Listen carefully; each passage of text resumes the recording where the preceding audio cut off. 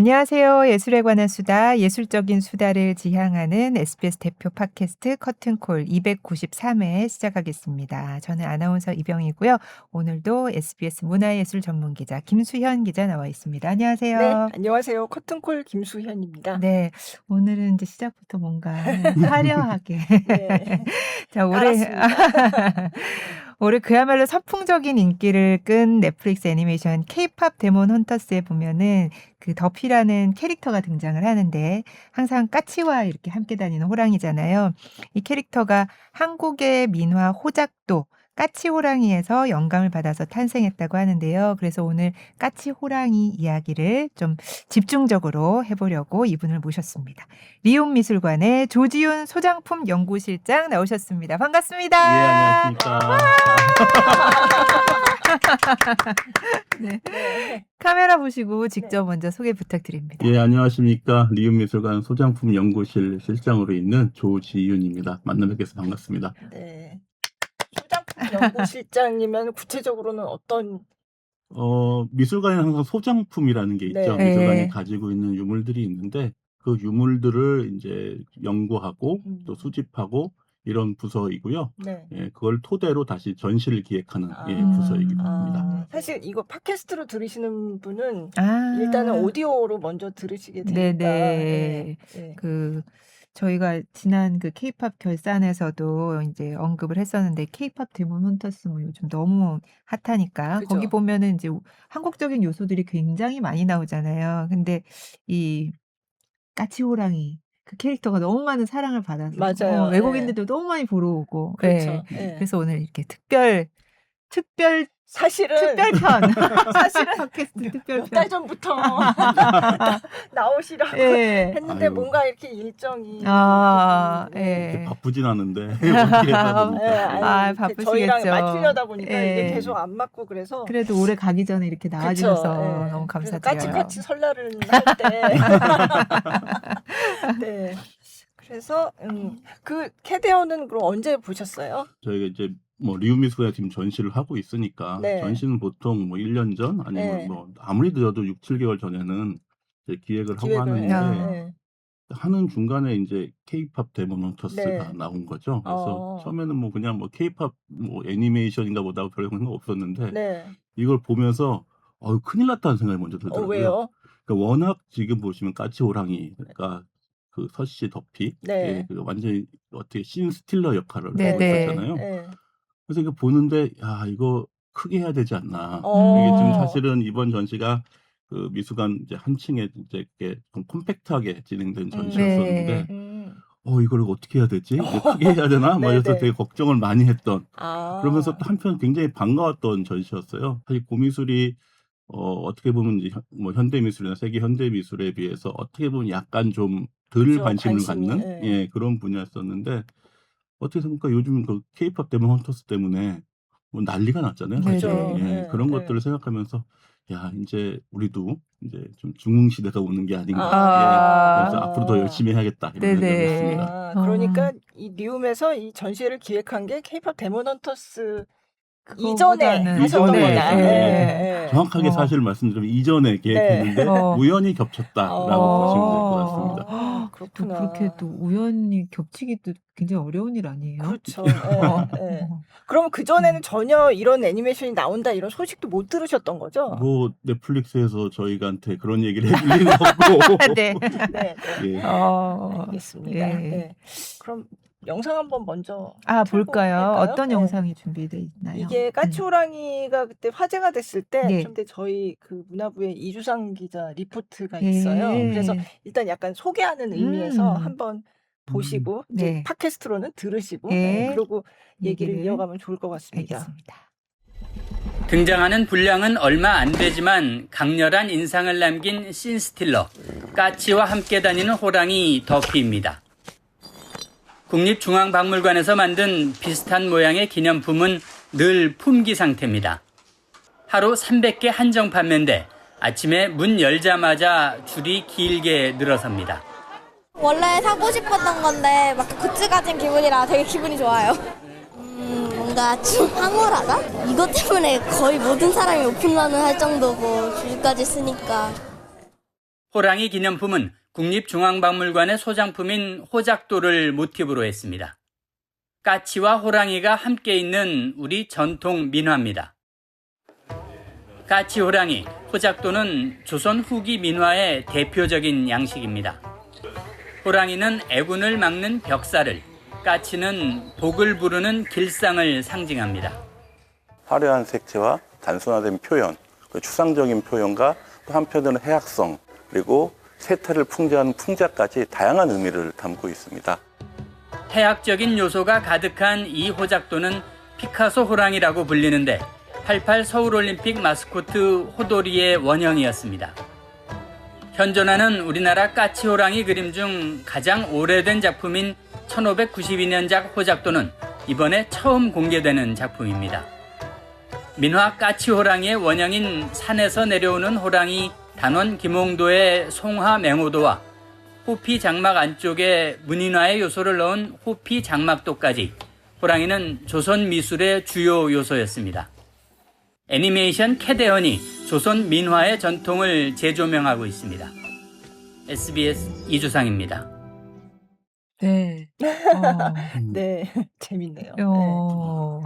저기 리움미술관에서 좀 전에 말씀하신 그 네. 전시 이때는 11월 30일까지 하기로 돼 있었는데 보니까 연장을 해서 네, 새해에도 계속 되는 걸로. 내년 3월까지 아. 연장을 한 상태고요. 아, 네. 사실 굉장히 좀 작은 전심에도 불구하고 네. 굉장히 반향이 커가지고 네. 그렇죠. 고민하다가 아. 연장을 하기로 했습니다. 네, 네. 그럼 확실히 캐대언 나오고 나서 그 이전과 이후가 확 달라진 걸 느끼세요? 일단은 저희가 열었을 때가 캐대언이 이미 한참이었을 때잖아요. 아, 네. 아, 그렇구나. 네. 저희 네. 준비할 때 캐대언이 아, 네. 네. 고미술 상설실이 사실은 다른 기획전시들보다 사람이 좀 적게 오는 네. 공간이었는데 굉장히 많아졌어요. 어. 그래가지고 뭐 어. 가면 바글바글 할 정도로 네. 저도 깜짝 놀랐고 외국인들도 굉장히 아, 좋아하고 네. 굉장히 좀 재밌는 경험을 네. 하고 있습니다. 네. 사실 호작도 뭔가 들어본 것 같긴 한데 네, 정확하게는 이렇게 사실. 캐대언이 나오고 나서 아 그렇구나라고 네. 새삼 이렇게 알게 된 게 네, 네, 많은 네. 것 같아요. 근데 예. 사실 이거 전시회를 이거 하기 전에 보러 가서 좀 설명을 들었는데 네. 호작도의 역사에 대해서 제가 얘기를 아. 들었거든요. 네, 네. 궁금합니다. 네, 그 호작도라는 게 이제 우리한테는 까치호랑이라는 그죠. 그림으로 굉장히 잘 알려져 있는데 아시다시피 이제 민화 네. 우리나라에 이제 19세기 중후반부터 나타나기 시작한 그런 민화가 있어요. 민간들의 그런 회화들인데 네. 거기서 가장 애호되는 사실은 주제이기도 했습니다. 네. 네. 다 이게 한국 사람이라면 누구나 좋아하는 그 네. 길상적인 의미를 가지고 음. 있잖아요. 호랑이는 애군을 막아주고 네. 애군을 막는 그리고 까치는 좋은 소식을 네. 전달해주는 그렇기 때문에 이제 호랑이와 까치가 모인 이런 주제는 정말 많이 그려졌고 네. 지금도 뭐 한국 고미술을 전시하는 미술관에서는 이 그림 없는 이 주제의 그림 없는 네. 곳이 없을 정도로 네. 굉장히 많은 수가 나타났습니다. 네. 근데 이제 이번 전시를 기획할 때 저희가 사실은 고민을 했던 거는 그런데 네. 그럼 이 까치호랑이의 기원은 뭐고 네. 미술사에서 어떤 위치를 차지하고 있는가 이런 거에 대한 고민을 많이 했는데 네. 마침 저희 미술관에 굉장히 이제 좀 의미 있는 그림이 하나가 있었어요. 이번에 처음 공개된 네. 1592년작 까치호랑이 네. 호작도라고 하고 있습니다. 네. 미술사계에서 이제 까치호랑이가 우리나라에 처음 들어온 게 언제쯤이냐 얘기할 때 그 도상이 처음 들어온 게 한 16세기 후반, 17세기 초 임진왜란 전후에서 처음 들어왔다고 하는데 그 기준작이 되는 1592년작 임진왜란이라는 임진왜란 일어나네. 어떻게 초반에 최초의 까치호랑이 그림의 어떤 연원을 보여주는 중요한 역할이 될 수가 있겠죠. 그러면 그 전에 그러니까 중국에서 들어왔다는 말씀이신 거죠? 이 도상 자체는 네. 아마도 중국에서 들어왔을 걸 확률이 굉장히 높아요. 예전에는 사실은 까치호랑이가 워낙 우리나라에서 인기가 많았으니까 우리나라에서 자생적으로 발생한 도상이다라고 얘기하는 사람들이 많았는데 네. 이제 중국에서 관련된 그림들 그리고 그 연구가들이 계속 쌓이다 보니까 네. 중국에서 들어온 거는 분명해 보입니다. 처음부터 까치호랑이는 아니었고요. 네. 처음에 새는 이제 아마 뭐 매 같은 그래서 매와 호랑이는 용맹을 네. 상징하죠. 그쵸. 예, 그래서 예. 용맹을 상징하는 그 모습으로 들어오기 시작하다가 이제 송나라 원나라를 거치면서 까치가 들어오기 시작하죠. 예, 까치가 들어오고 명대에 확실하게 이제 까치 호랑이는 어떻게 그리는 것이다. 라는 게 딱 정립이 되고 네. 그것이 이제 조선시대에 들어오게 된 거라고 지금 추정을 하고 있습니다.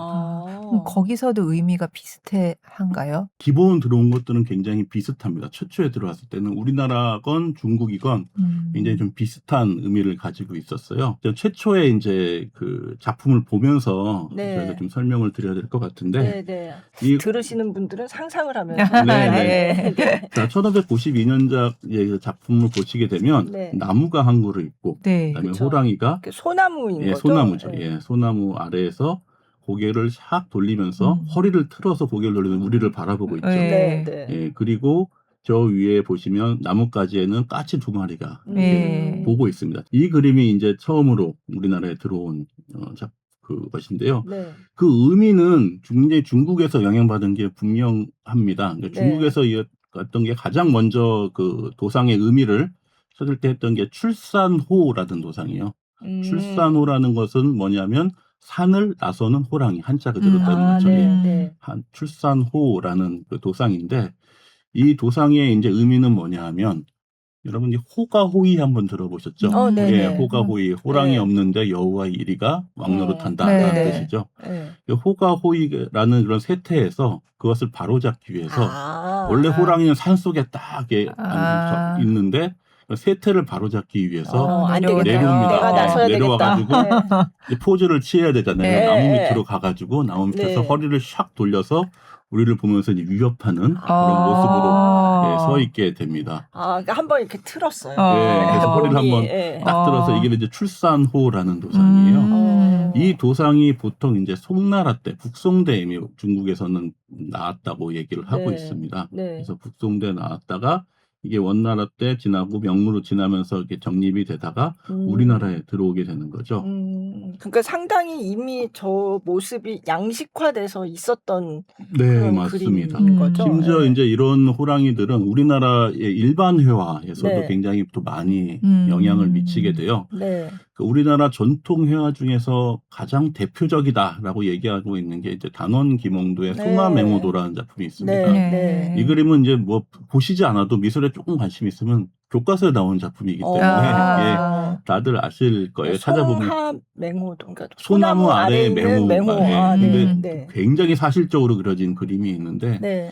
이제 그 그림을 보시게 되면 역시 소나무 아래에서 허리를 탁 틀어가지고 보는 허리를 틀어야 돼. 네, 허리를 틀어야 됩니다. 허리가 디스크가 있으면 안 됩니다. 디스크 있으면 안 됩니다.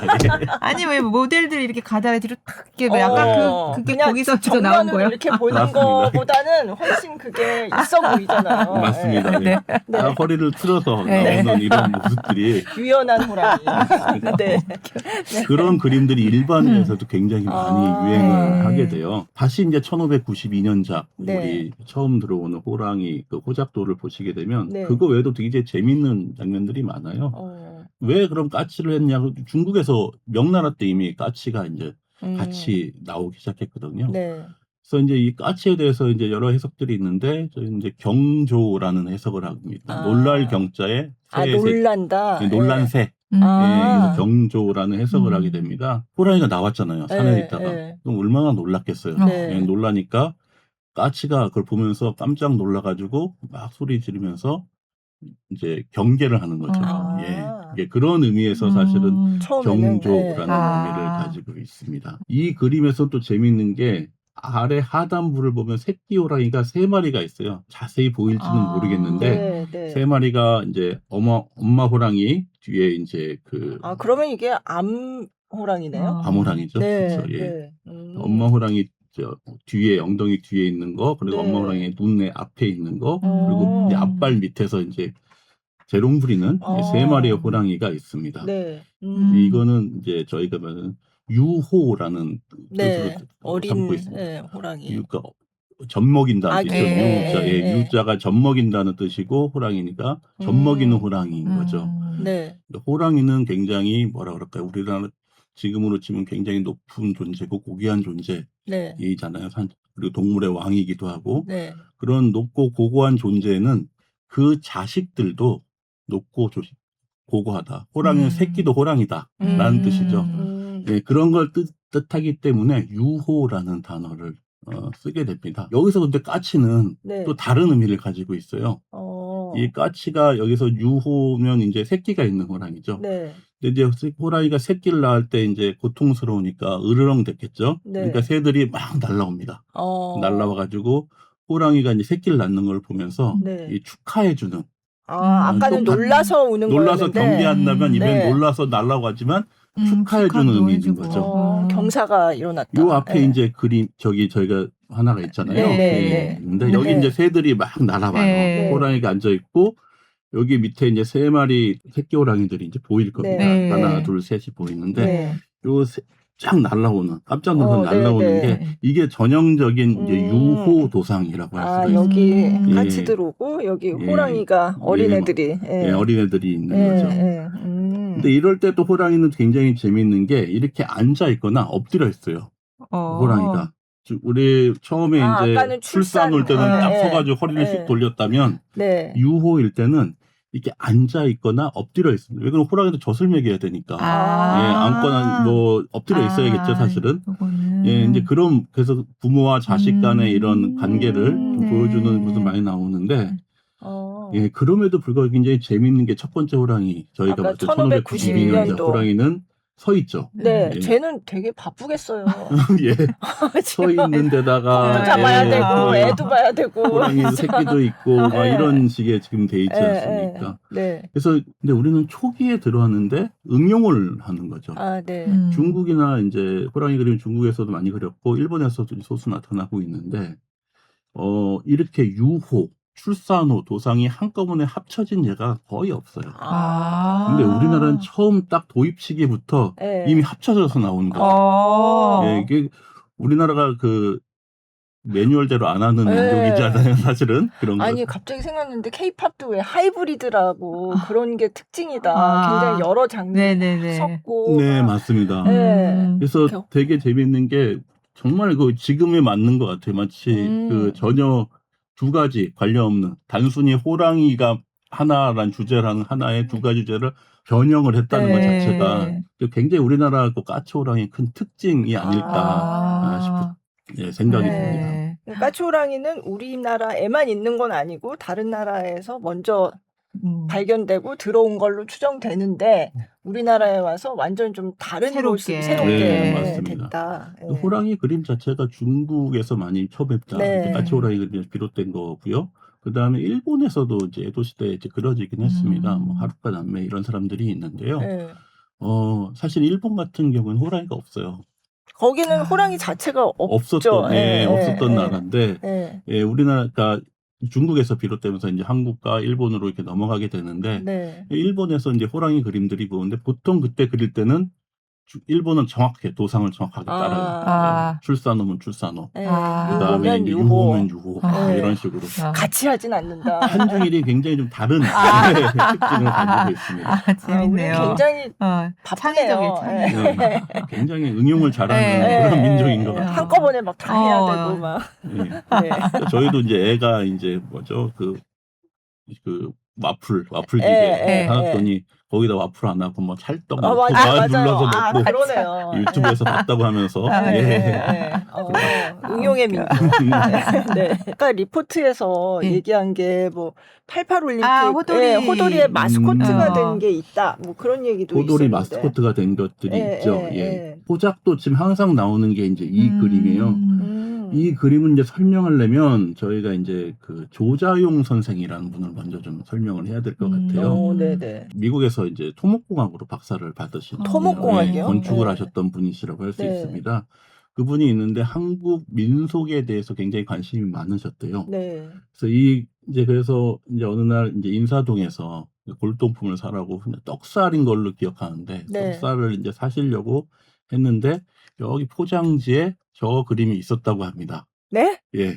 포장지였다고요? 포장지에 포장을 싸는 포장지에 저 그림이 있었다고 하는데 그걸 보고 너무나 아름다워서 이 그림을 바로 달라 그래가지고 사가지고 하셨다고 하는데 이분이 이제 한국 민화의 선구자라고 할 수 있어요. 사실 민화라는 게 우리나라의 그 사실은 여러 그 장르들이 있는데 민간이잖아요. 사실 민간이 그쵸. 주체가 예, 돼서 예. 주체가 네. 돼서 했던 장르이기 때문에 큰 인기가 없었습니다. 잘 몰랐죠. 예, 예. 네. 다른 일반 회화들은 뭐 유명한 글도 화가가 있고 화가도 그리고, 있고 뭐 예. 이러다 보니까 연구가 많이 됐는데 네. 미나는 화가도 없고 뭐 그림도 보면 되게 웃기게 그린 네. 잘 못 그린 것 같은 솔직히 네. 말해서 네. 예, 그런 그림들이 있다 보니까 별로 관심이 없는 분야였어요. 근데 아, 이분이 민족의 그 해학 풍자의 미를 발견을 하셨습니다. 네. 예, 그래서 이분이 이제 1960년대에 에밀레 박물관을 지었어요. 아. 민속 문화를 전시하는 박물관을 지어서 이제 관장으로 계셨는데, 네. 그리고 이후에 이제 속리산 쪽으로 이전을 하셨고요. 네. 지금도 있나요? 지금은 이제 없어졌습니다. 아, 그래요? 예, 아쉽게도 네. 2000년에 이분이 돌아가셨는데, 네. 2000년에 돌아갔을 때도 그 대전 엑스포 때, 네. 그때 이 용호랑이 전시를, 미나 전시를 하셨는데, 네. 그거를 굉장히 열심히 준비하시고, 오픈해 놓은 상태에서, 예, 어. 이제 갑자기 돌아가셨다고 아. 합니다. 예.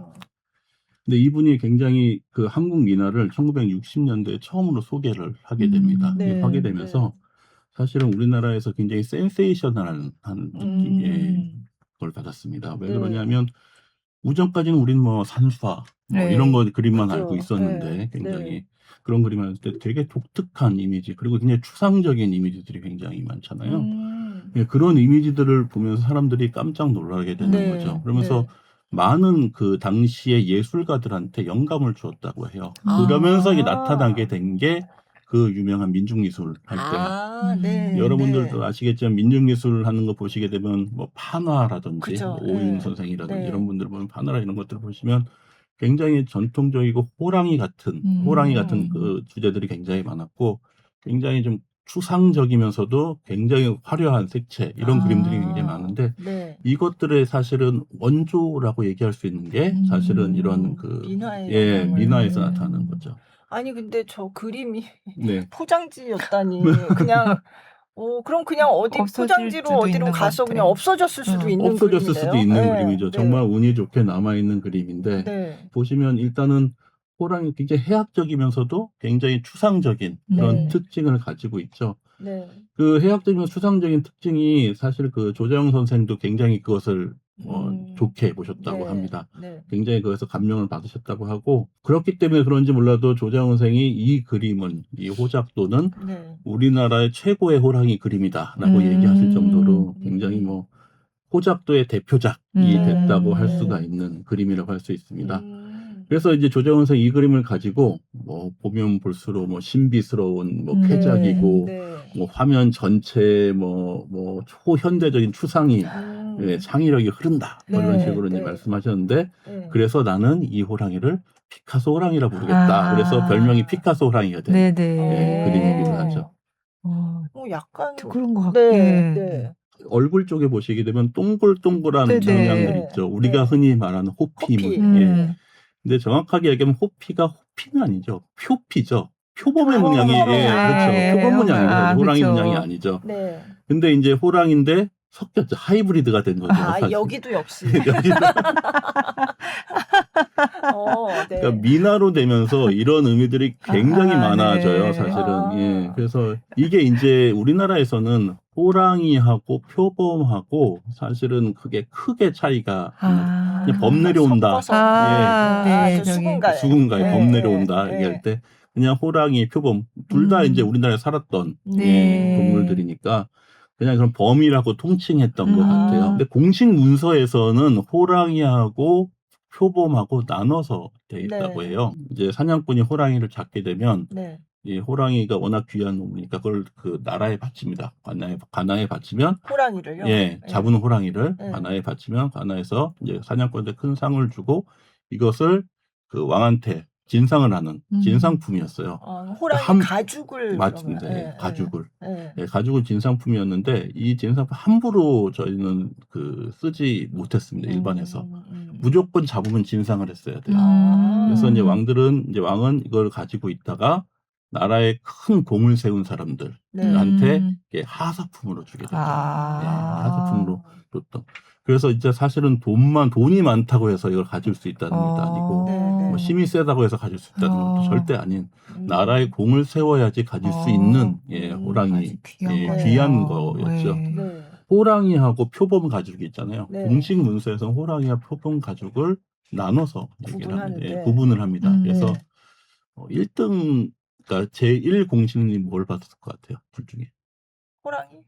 다들 호랑이 생각하죠. 네, 표범이에요? 1 공신은 표범을 받았어요. 아, 그래요? 예, 표범 가죽을 받고 2 공신은 호랑이 가죽을 받았다고 네. 얘기를 합니다. 네. 2등 공신은. 어. 그래서 그게 되게 재밌는 게 어. 그 이유가 뭐냐고 봤더니 이게 이제 그 사서오경이 있어요. 네. 뭐 아주 전통적인 네. 예, 중국의 문헌인데 사서오경 중에 역경이라는 네. 예, 주역이라고 주역, 얘기하는 네. 역경이라는 게 있는데 거기에 이제 혁괴라고 해서 가죽괴라고 얘기하는데 호랑이 가죽은 대인을 상징하고 표범 가죽은 군자를 상징한다 이런 얘기가 있어요. 군자가 더 높은 거예요? 근데 유교 상황에서 네. 군자가 사실은 그 우리나라 유교의 선비들의 가장 최종 목적이 군자가 되는 거잖아요. 네, 그러다 네. 보니까 표범이 좀 더 그런 높은 지위를 차지하지 않았나라고 저희는 추정을 하고 있습니다. 그럼 저 그림은 둘 다 할래라는 그런 뜻을 가지고. 우리나라는 이제 하이브리드가 나오다 보니까 예. 그러니까 나는 표범도 갖고 호랑이도 가질래. 약간 그런 욕망이. 결국 이 그림이 후에 88 올림픽 마스코트가 호돌이. 호돌이의 마스코트가 되게 합니다. 그래서 호돌이를 그 디자인하신 분께서 이 네. 작품이 이거는 그 디자인을 할 때 캐릭터라이즈를 할 때 이걸 많이 이걸 참고했다라고 얘기해요. 그럼 여기서 까치는 지금 표정이. 여기 자세히 보시면 호랑이가 네. 이제 눈을 치켜서 근데 굉장히 귀엽게 치켜졌죠. 그쵸. 바보같이. 네. 그러면서 까치를 이렇게 바라보고 있어요. 네. 근데 까치가 눈알도 좀 양쪽이 다르게 움직였네. 그러니까 호랑이 귀에다가 뭔가를 뭐지? 이러고 맞아요. 예. 호랑이 귀에다가 굉장히 막 뭔가를 얘기하고 있죠. 막 쫑알쫑알대고 있죠. 예. 그게 이제 우리 민속 신앙 중에 하나가 산신 신앙이 있어요. 예, 산신이라고 하면 이제 산에 살면서 만물을 이제 주관하는 산신이죠. 산신이 항상 그 시종으로 데리고 다니는 동물이 바로 호랑이였어요. 호랑이는 산군이라고 부르죠. 산의 왕. 네.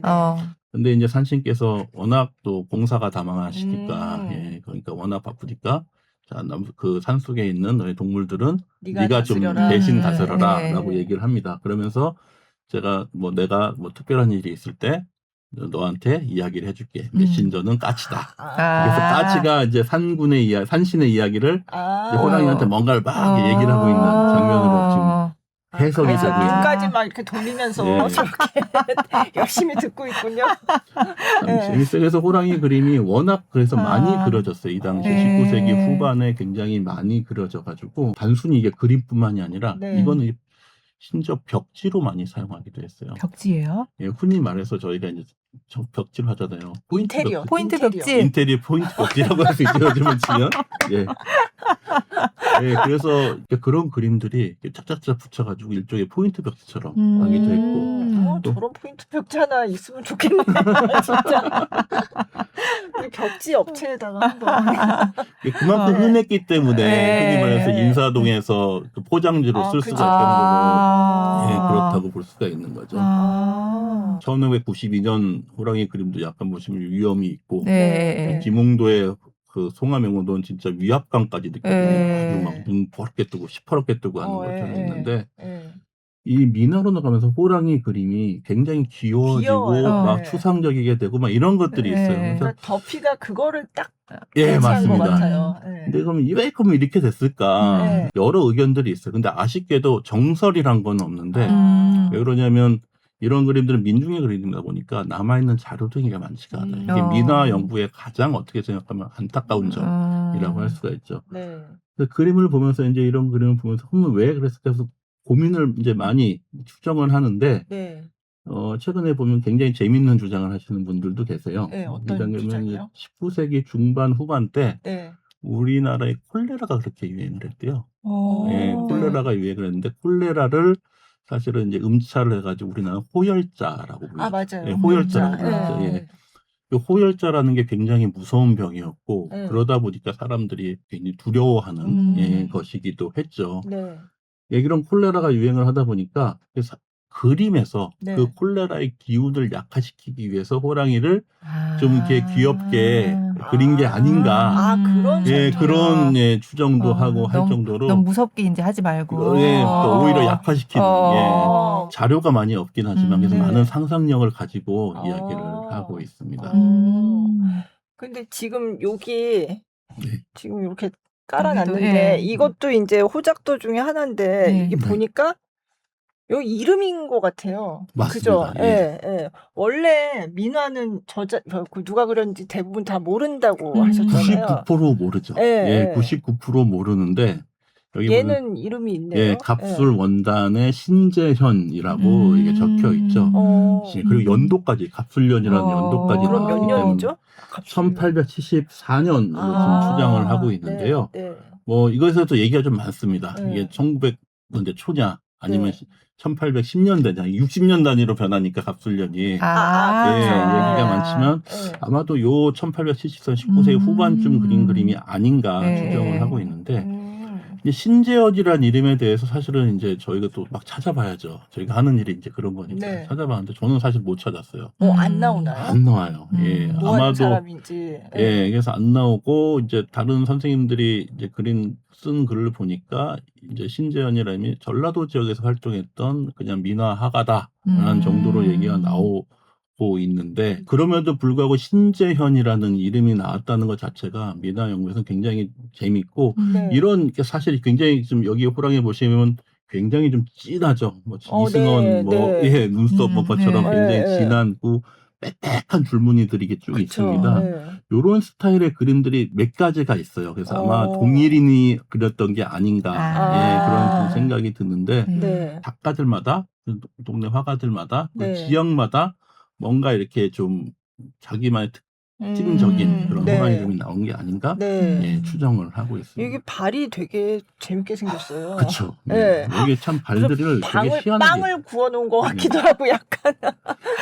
그러면서도 여기 또 글씨들이 막 여기저기 써 있잖아요. 네. 이거 같은 경우는 이게 전형적인 아까 말씀드렸던 유호의 특징인 거죠. 그래서 저 앞에 호랑이 입 쪽에 보시면 네. 뭐 풍성 문어 천리고 뭐 공창의 석열 이렇게 돼 있는데 이게 무슨 예, 뜻이에요? 풍성 바람 소리 훅 으르렁거리는 소리를 하니까 그 소리가 천리를 가고 그다음에 네. 절벽 앞에서 소리를 치니까 절벽이 갈라진다. 돌이 갈라진다. 오. 이 호랑이의 위험을 보여주는 거죠. 네. 예, 이런 모습들이 한 반면에 좀 네. 까치 있는 데서는 네. 호소 남산의 군작 도회다라고 해서 네. 호랑이가 이제 소리를 애를 낳기 위해서 소리를 이제 으르렁대니까 네. 남산의 소리 그 남산의 군작들이 그 까치들이 모여가지고 깜짝 놀라서 모였다. 이게 그 눈이 동그래. 눈이 예, 맞아요. 동글동글하죠. 눈이 동그래요.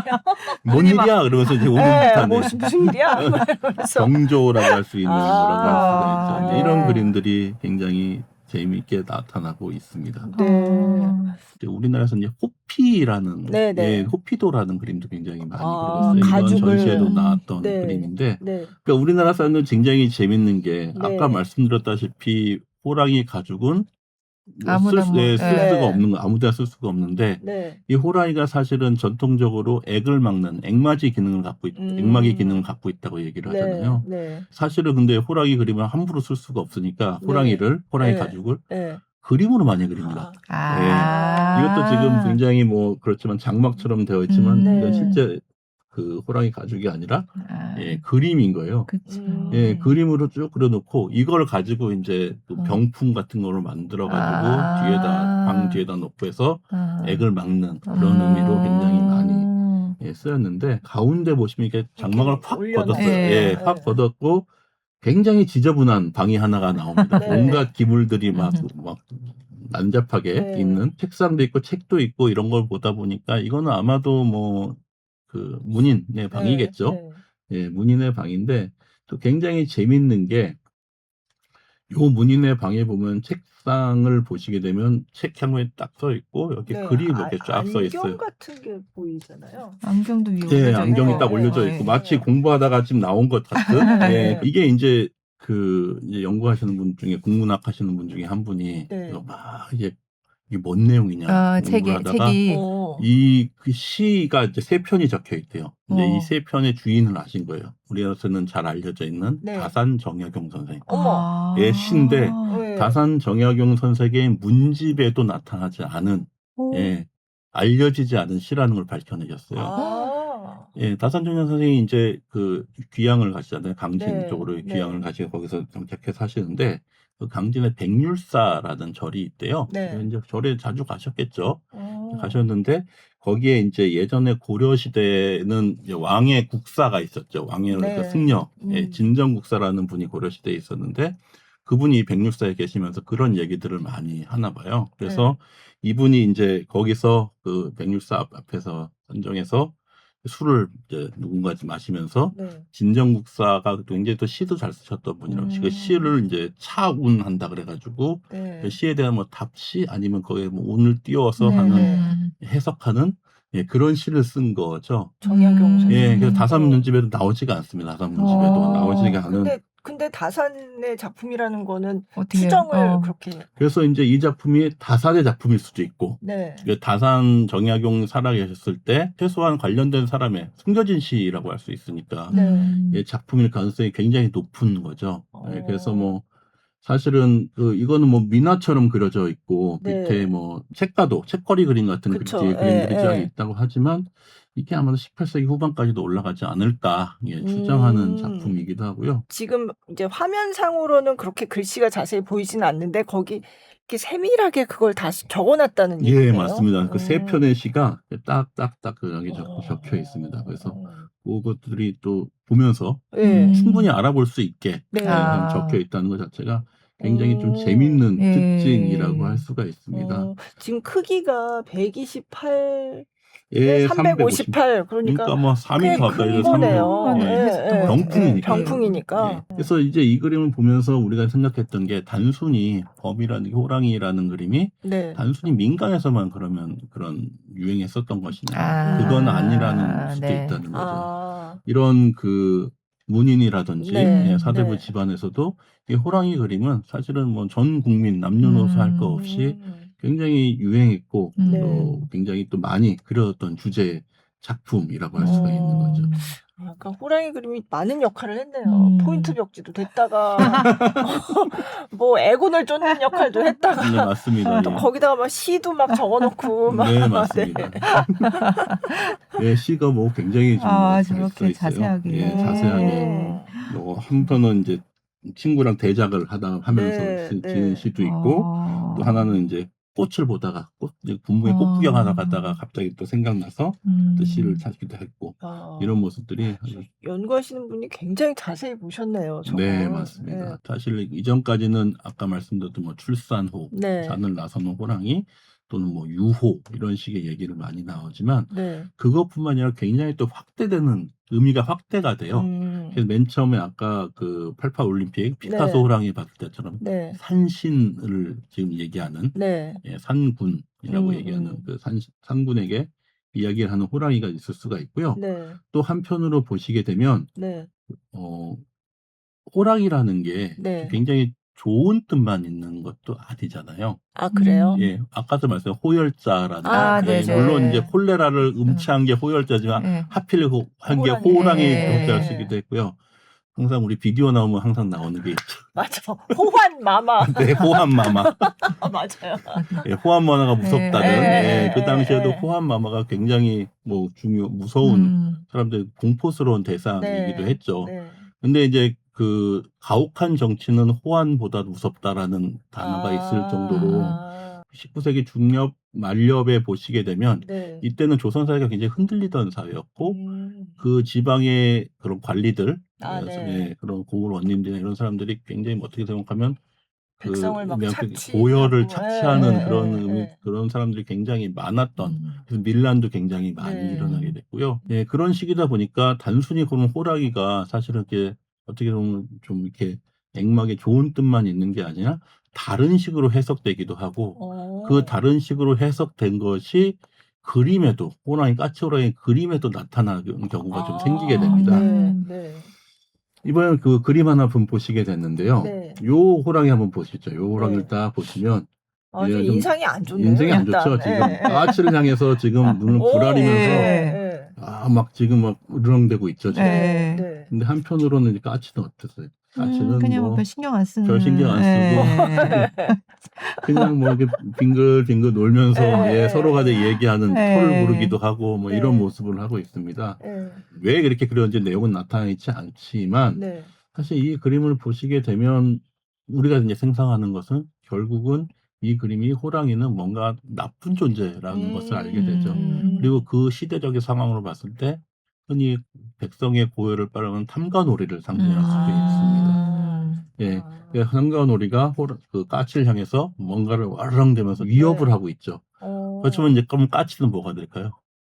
까치는 뭐 백성이죠. 백성이죠. 네. 백성이 되겠죠. 네. 예, 백성들의 까치는 호랑이가 네가 그렇게 위협을 해도 우리는 우리 갈 길을 우리 간다. 갈 게 끝도 없다. 네. 네가 아무리 짖어봐야 네. 우리는 똘똘 뭉쳐서 우리의 길을 갈 거다. 어. 어떻게 생각하면 그 민중의 저항 의식이라고 할 수가 있을 것 같습니다. 근데 그냥 얼핏 생각하기에는 까치는 호랑이한테 상대가 안 될 것 같은 작은 동물, 물론 이제 날아가서 도망갈 수는 있는데 네, 어쨌든 그렇게 대적을 한다는 게 네 맞습니다. 근데 어쨌든 그럼에도 불구하고 호랑이는 부정적인 이미지보다는 긍정적인 긍정적인, 이미지가 네. 굉장히 많았어요. 네. 이게 이제 흔히 말하는 피카소 그림에 보셨던 것처럼 네. 전형적인 귀여운 호랑이의 네. 그 산신의 이야기를 듣는. 네. 참고로 이게 그 그림들을 보게 되면 산신도라는 게 우리나라에 굉장히 많이 네, 나타나게 네. 됩니다. 그럼 산신도를 보게 되면 산신이 딱 앉아 있고 그 옆에 호랑이가 이게 조그맣게 옆에서 네. 마치 고양이처럼 그려져 있는 경우가 굉장히 많아요. 그런 그러네요. 그림들이 굉장히 네. 많아요. 그 정도로 이제 산신의 어떻게 생각하면 그 좀 시종, 그다음에 네. 애완동물이라고 할 수가 있겠죠. 이제 어. 그러다 보니까 여기 나타나는 호랑이들은 굉장히 고양이과 완전히 고양이입니다. 네, 예. 네. 동그래가지고 했던 그러네요. 예. 네. 그런 모습들이 어떻게 생각하면 그 산신의 모습과 그리고 네. 가장 대표적인 까치 호랑이의 그림이라고 할 수가 있겠죠. 까치는 대부분 좀 긍정적인 의미이네요. 네, 까치는 긍정적인 의미인데 네. 아까 말씀드렸다시피 그 까치 중에서도 경계하는 까치의 그림을 보게 되면 김홍도의 송화맹호도라는 작품이라고 할 수가 있습니다. 네. 신정주라는 18세기 분이 이제 이 출산후에 대한 설명을 합니다. 네. 그래서 뭐 안개 속에 숨어 문체를 기르며 세상 사람들이 알아주길 바라지 않으나 여우와 이리가 대낮에 횡행하니 억지로 나와 위험을 보이네라고 하는 뭐 이런 시가 있고요. 네. 이 까치에 대해서는 네. 이제 호랑이가 무슨 일로 살림을 나와 강을 건너 절벽에 기대는가 까마귀와 까치의 시끄러우니 돌아가 자취를 감추는 것이 낫도다라는 시가 나옵니다. 까치는 어떻게 생각하면 호랑이에 있어서 굉장히 메신저이기도 하고 네. 또 한편으로는 호랑이의 그 새끼가 낳는 그 모습을 보면서 굉장히 반가워하면서 축하해주는 네. 사절단이기도 한 반면에 네. 또 한편으로는 세상의 온갖 잡스러움을 상징하는 그런 존재로서의 모습을 보여주는 호랑이, 굳이 호랑이 산 속에 있는 호랑이가 네. 나와가지고 이렇게 힘들게 한다는 그런 모습을 볼 수가 있을 것 같습니다. 근데 왜 호랑이가 아까 중국에서는 매하고도 붙고 그랬는데 우리나라에서는 주로 까치랑 왜 하필이면 까치하고 이렇게 붙어 다닐까요? 아마 앞서도 말했는데 그게 정확하게 알려져 있지는 않아요. 네. 중국에서도 비롯된 것이라고 얘기할 수도 있겠지만 네. 그러니까 저희가 추정하기로는 호랑이와 까치는 앞서도 말씀드렸지만 한국 사람들이 가장 좋아하는 동물이죠. 우리는 뭐 까치까치 설날 나오기도 하고 호랑이는 항상 연초에 이런 나올 때 하기도 하고 또 옛날에는 조선시대에서는 세화라 그래가지고 서로 간에 그림을 주고받는 문화들이 있어요. 그래서 그림을 그려가지고 친한 사람들이나 뭐 윗사람들한테 선물로 바치기도 하고 선물로 서로 주고받는 그런 문화들이 있는데 그런 문화에서 가장 많이 그려졌던 게 또 호랑이 그림이라고 할 수가 있어요. 그래서 일반 회화에서도 아까 김홍도만 얘기를 들었지만 뭐 16세기, 17세기 또 18세기 후대 여러 작가들이 또 이런 호랑이 그림들을 굉장히 많이 그리기도 했습니다. 그 정도로 굉장히 잘 알려진 주제였기 때문에 이런 까치 그것들이 같이 나온 게 아닌가. 네. 물론 얘기하겠지만 중국에서 나타나는 그런 의미들이 이렇게 합쳐서 나오는 것들이 네. 분명히 있을 수가 있고요. 그러니까 중국에서도 물론 호작도가 있었지만 음. 우리 이제 우리나라로 와서 굉장히 이게 다양해지고 음. 다양한 의미를 가지고 오랫동안 이렇게 네, 사랑받게 맞습니다. 됐다. 그래서 이 피카소 호랑이가 네. 아마도 이번에 K-pop 데몬 헌터스에 나오는 더 서씨와 덕피가 아닐까라고 지금 추정을 하고 있습니다. 아. 예, 그래서 뭐 매기강 네. 감독이 네. 이 그림을 이제 어떻게 서씨와 덕피를 이런 식으로 만들게 되었냐라고 했을 때 얘기를 했던 게 네. 88 올림픽 아, 네네. 나온 호랑이 그림들을 봤고 또 그 인터넷에서 돌아다니는 나오는 호작도? 호랑이 그림을 예, 봤다. 예. 근데 인터넷에서 가장 많이 나온 호랑이가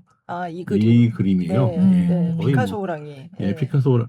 그래서 자세히 보시면 네. 저희 피카소 호랑이하고 서씨 덕피하고 네. 좀 비슷한 느낌이 있지 않을까요? 네. 저는 개인적으로 그렇게 생각을 하는데 색깔이 푸른색으로 바뀌었고 뭐 네. 이런 면이 있지만 까치는 또 굉장히 닮았어요. 예, 네. 까치는 또 네. 굉장히 닮아서 이 호랑이 그림이 아마도 그 서씨와 덕피를 네. 상징하는 무엇인가 되지 않았을까라고 음. 추정을 하고 있습니다. 네. 예.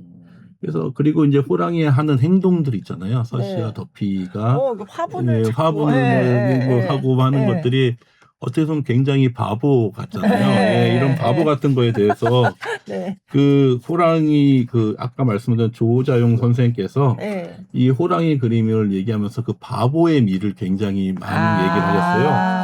잠깐 이제 뭐 잠깐 하는 걸 읽어드리면 네. 뭐 솔직히 너그럽고 겸손하다. 그러나 그 호랑이는 바보 역을 통해서 우리에게 위대한 교훈을 주고 있다. 두꺼운 책 없이 잘난 척하는 설교 없이 그 멋들어진 꼬랑지로 우리를 밝은 세상으로 인도해주는 선생님 같기도 하다. 그래서 호랑이가 내 가슴에 물어다 주는 진리를 나는 한국 호랑이의 철학이다라고 얘기하고 싶다라고 할 정도로 이 호랑이 그림의 이런 바보의 해양미를 굉장히 좀 많이 이야기를 하셨는데 아마도 그런 매기 감독이 그런 것들을 같이 엮여져가지고 하나의 그 캐릭터라이즈를 한 게 아닌가 싶은 생각을 개인적으로는 하고 있습니다. 저 그 캐대언에서는 저게 이제 푸른색으로 바뀐 게 참 흥미롭기도 해요. 네, 맞습니다. 색감이 달라졌잖아요. 그러니까 사실은 이 그림은 이제 굉장히 많이 사실은 좀 바뀌죠. 호돌이도 완전히 다른 느낌이잖아요. 그럼에도 불구하고 이 그림에 보이는 그런 밝은 모습이라든지 해학적인 모습들이 좀 하나의 그 캐릭터라이즈가 굉장히 좋은 그런 작품이라고 할 수 있고요. 요런 호랑이 자체도 이렇게 해학성이라는 것에 굉장히 크게 얘기를 하고 있는 것 같아요. 그렇기 때문에 이런 그 호랑이, 호돌이 그 이미지, 그다음에 서씨 덕피 이미지들도 뭐 충분히 앞으로도 나올 수 있는 하나의 예가 될 수가 있죠.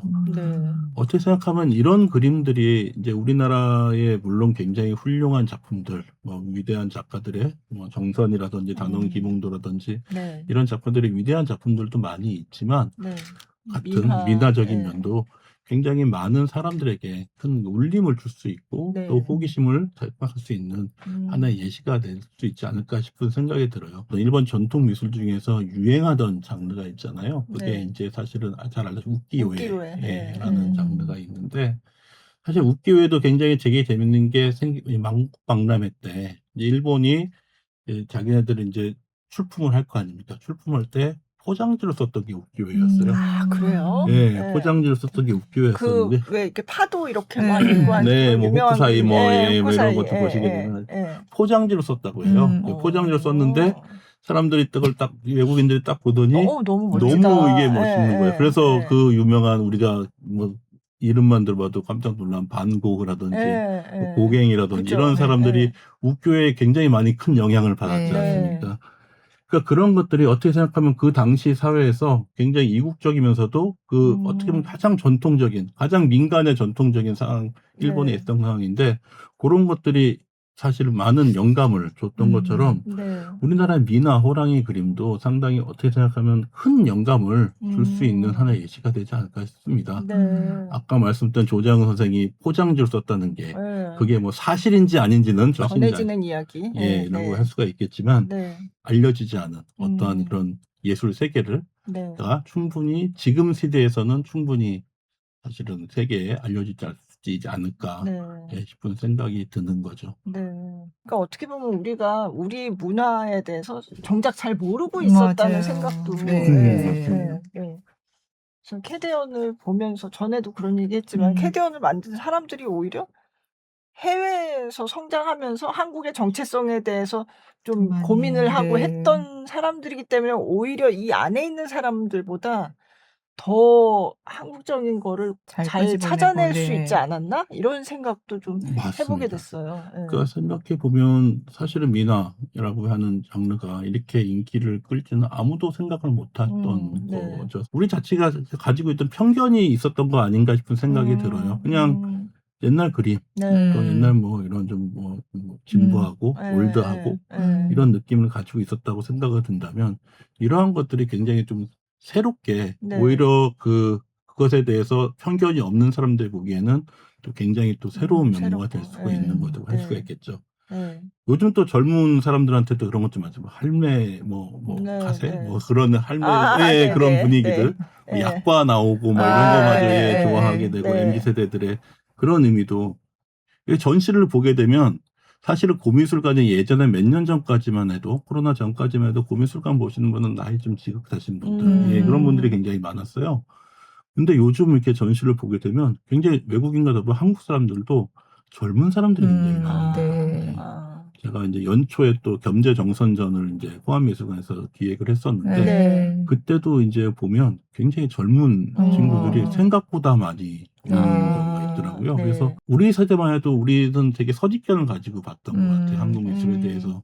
예, 근데 그 선입견들이 많이 좀 옅어지면서 하겠구나. 예, 그리고 이제 앞으로 이런 것들이 좀 더 많은 좀 개발되겠구나. 네. 이런 좀 네. 생각을 하게 되는 거라고 할 수 있습니다. 네.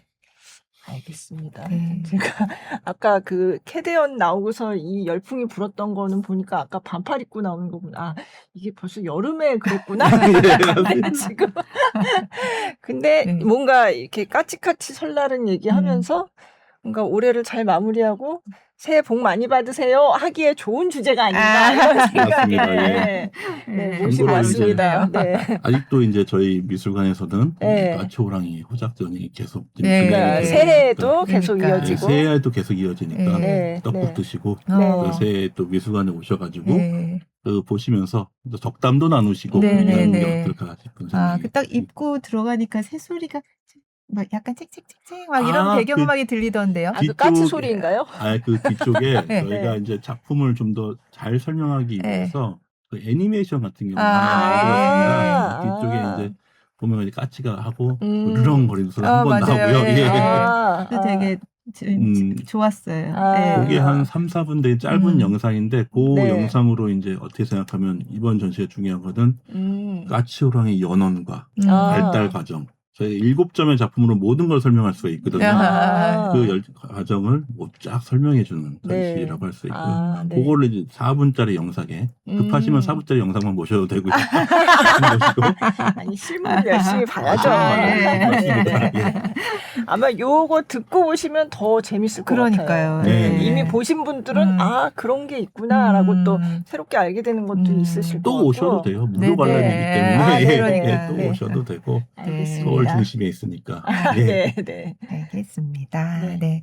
그럼 잠깐 안내 말씀드리고 마무리하겠습니다. 골라듣는 뉴스룸 커튼콜은 SBS 뉴스 홈과 네이버 오디오 클립, 팟빵, 애플 팟캐스트 등 오디오 플랫폼에서 또 유튜브 영상으로 만날 수 있고요. 네이버 오디오 클립은 내년부터 서비스가 그러니까요. 종료된다고 합니다.